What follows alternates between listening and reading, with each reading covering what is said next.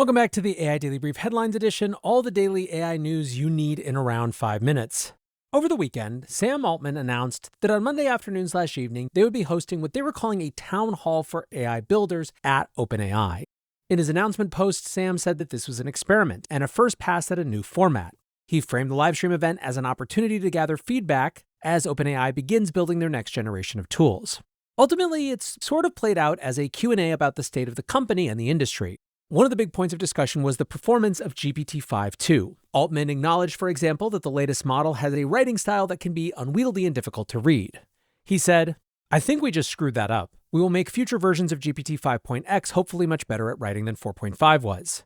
Now, Altman noted that their focus hadn't been on writing, saying, "We did decide, and I think for good reason, to put most of our effort in 5.2 into making it super good at intelligence, reasoning, coding, engineering, that kind of thing. And we have limited bandwidth here, and sometimes we focus on one thing and neglect another." Now, of course, rumors suggest that the next model, codenamed Garlic, is weeks or even days away. So for those of you who find GPT-5's writing clunky, you presumably won't have to deal with it much longer. Altman also discussed a hiring slowdown at OpenAI. Responding to a question about how AI had changed the interview process, he commented, "We are planning to dramatically slow down how quickly we grow because we think we'll be able to do so much more with fewer people." He assured the crowd that this was not a hiring freeze and that headcount reductions are not on the table, but did suggest that AI developments could rapidly shift staffing needs over the short term. "What I think we shouldn't do, and what I hope other companies won't do either, is hire super aggressively, then realize all of a sudden AI can do a lot of stuff and you need fewer people and have to have some sort of very uncomfortable conversation. I think the right approach for us will be to hire more slowly but keep hiring." In other comments, Altman said that he expects the cost of AI to continue to hyper-deflate, forecasting that OpenAI will be able to deliver, quote, GPT-5 level intelligence by the end of 2027 for at least 100 times less. Reflecting something that we've talked about a bunch on this show, Altman said that another big goal of 2026 is to push, quote, super hard on memory and personalization. Altman said that he's personally ready to give ChatGPT complete access to his computer and internet history, allowing it to, quote, just know everything.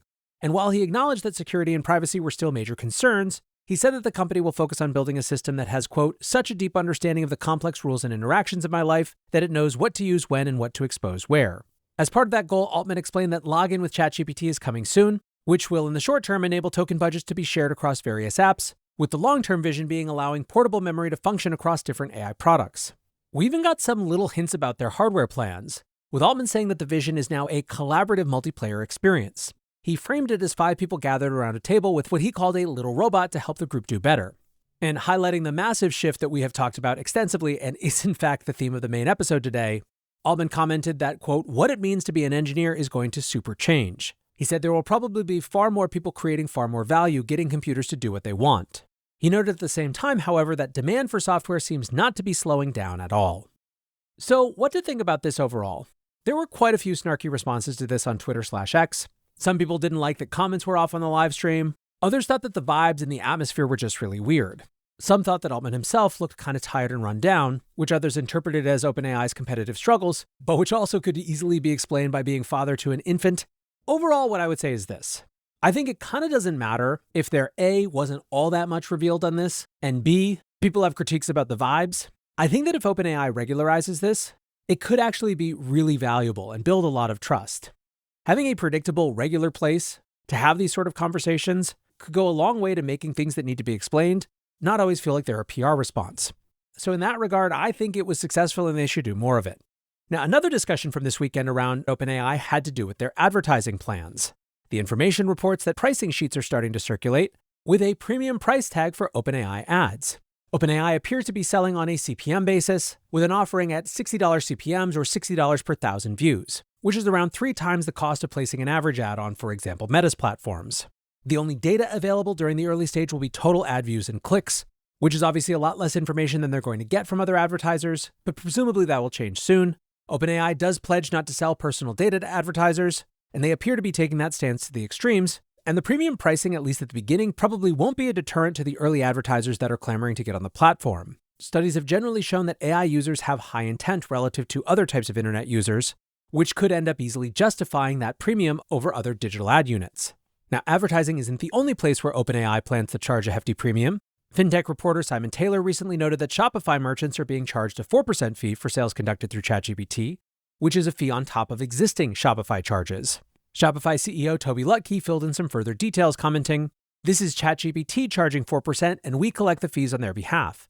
Everyone gets a free trial that starts after the first sales. Not saying that's good or bad, ads definitely cost more for most." Taylor acknowledged that this is pretty close to fees from buy now, pay later services, and added, "For what it's worth, I think 4% is very defensible if conversion is there." Moving over to chips today, Microsoft has unveiled the second generation of their in-house AI chip, taking aim at custom silicon from Google and Amazon. Called the Maya 200, Microsoft claims the chip is the, quote, most performant first-party silicon from any hyperscaler. The chip is optimized for inference, and Microsoft says it's the most efficient silicon in their fleet, outperforming the next best by 30% on a performance per dollar basis. The accelerator was built using TSMC's latest 3nm process. Google is also using the 3nm process for their 7th generation TPUs, but Nvidia chose to stick with 4nm manufacturing on their latest generation Blackwell chips. The chip also features enough memory to easily run the latest models with plenty of headroom for the next generation. Now, whenever a new chip is released, the immediate chatter is all about whether this will end Nvidia's dominance of the industry. But Tom's Hardware pointed out that comparisons to Nvidia's leading chips are a little spurious, as they do very different things. Microsoft's hardware won't be available for outside sales, so the Maya 200 will only be able to move the needle internally. And Tom's also pointed out that the Blackwell 300 Ultra flagship vastly outperforms on raw power, and of course integrates with Nvidia's highly developed software stack, but the Maya 200 does beat the Blackwell chip in efficiency, operating at nearly half the total power draw. Ultimately, with the Maya 200 though, Microsoft is staking their claim as a player in the custom silicon race. Staying in chip land but moving over a bit, Nvidia has invested a further $2 billion into CoreWeave to kickstart the deployment of AI factories. Now, Nvidia CEO Jensen Huang has been discussing the concept of AI factories for the past year. The language describes the idea that data centers will need to be deployed on a much greater scale to supply the AI tokens that will drive economic outcomes in the future. Essentially, it reframes data centers from large cloud storage and compute providers to the producers of the core commodity of the AI age. With the next leg of their CoreWeave partnership, Nvidia will support a scaling up of CoreWeave's infrastructure. The goal is to deploy 5 gigawatts in capacity by 2030, with Nvidia using its financial might to help procure land and power for the rollout. Nvidia already owned a 6.6% stake in CoreWeave, so this new investment brings their ownership to around 10%. Now, one last note before we move over to the main episode. On Monday, Anthropic CEO Dario Amodei released a new 21,000-word essay called The Adolescence of Technology. In some ways, it's a more critical and concerned complement to his Machines of Loving Grace from a couple of years ago. Originally, I had planned on focusing on that. Given how dense and deep this thing is, people are still just wrapping their heads around it.